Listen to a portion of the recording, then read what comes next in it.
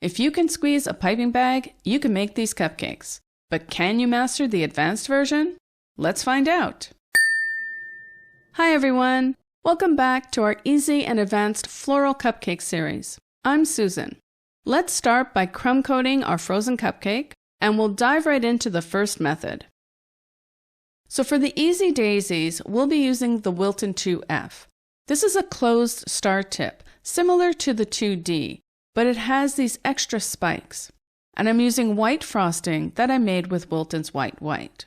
We'll also use the Wilton 3, which is a round tip. And I made this frosting with Wilton's Lemon Yellow and some Golden Yellow. Last but not least, we'll use the Wilton 352 tip with green frosting. And this color was made with Wilton's Leaf Green. This is also the color we used for the crumb coat. Let's begin with the 2F. I'm just going to squeeze out a bit of frosting. I'm doing this because when the frosting has been in the bag for a while, it tends to crust over.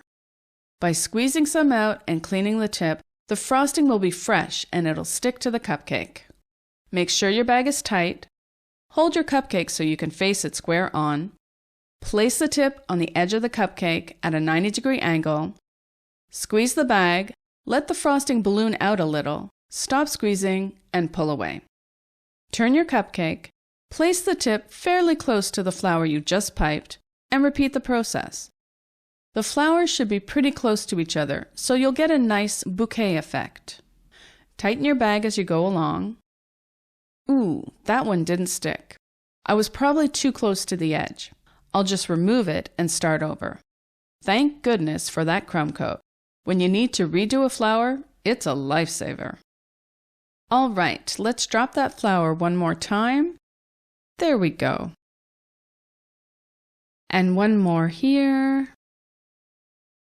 Okay, let's move to the center. You should be able to squeeze in about 3 or 4 flowers, depending on how close you put them together. I left space in between, so I only put 3 in the center. Okay, now we'll use the Wilton 3 with the yellow frosting and put a dot in the center of each flower. Hold the tip above the center, squeeze, let the frosting balloon out, stop squeezing, and do a circular motion to come off. Continue this until all the flowers have their yellow center. For the Wilton 352, you have to position the 2 tips on the top and bottom. Place your piping tip in between 2 flowers. Squeeze, let the frosting balloon out and slowly move away. When you get the size you want, stop squeezing and pull away. There isn't much space between the flowers, so the leaves should be small. Keep going until you've worked your way all around the edge of the cupcake. There are a few spaces in the center where you can add some leaves too. Place your tip at a 45-degree angle in between 2 flowers. Squeeze, pull up, stop squeezing, and pull away.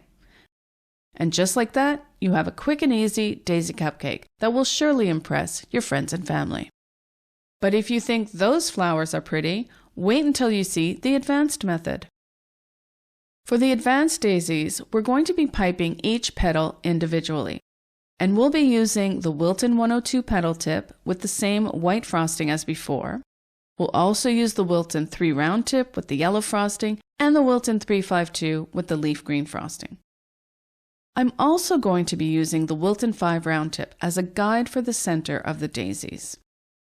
For the daisy petals, the thin end of the 102 tip will be in the center of the flower and the fat end will be on the outside. I'm just going to place the tip on the edge of the cupcake to mark out where the first petal will be placed. Next, I'm going to use the Wilton 5 round tip to mark out the center of the flower, and I'm going to place the petals all around that circle.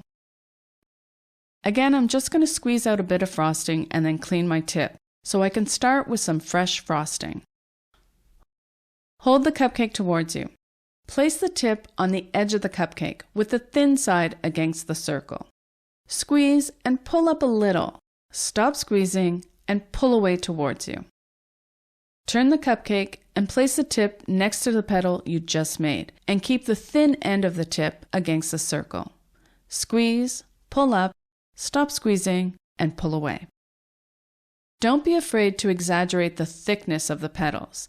This will make the difference between a flower that looks like a drawing and a flower that looks realistic and alive. Repeat this all around the circle until you come back to your first petal. You should be able to fit about 8 or 9 petals for each flower. Ooh, that petal popped up a bit. Let's see if I can push it back down. Okay, there. Don't forget to clean your tip and tighten your bag as you go. So for the next daisy, pipe the first petal next to the flower you just made. Then using the Wilton 5 round tip, mark out the center. Now pipe the rest of the petals around that circle. Repeat this process until you have daisies all around the edge of your cupcake. So while I continue piping my flowers, go ahead and hit the like button if you're enjoying this video. Also, make sure to subscribe to Weekend Cupcakes if you haven't already. We'll be uploading many more videos and shorts in 2025, including an easy and advanced rose tutorial. Believe me, you won't want to miss that one. Alright, before moving to the center, have a look at the petals to see if any of them need a bit more volume. If they do, just pipe right over them. For the middle of the cupcake, place your first petal in between 2 existing petals, and then mark your center with the Wilton 5 tip. Then place your petals all around that circle.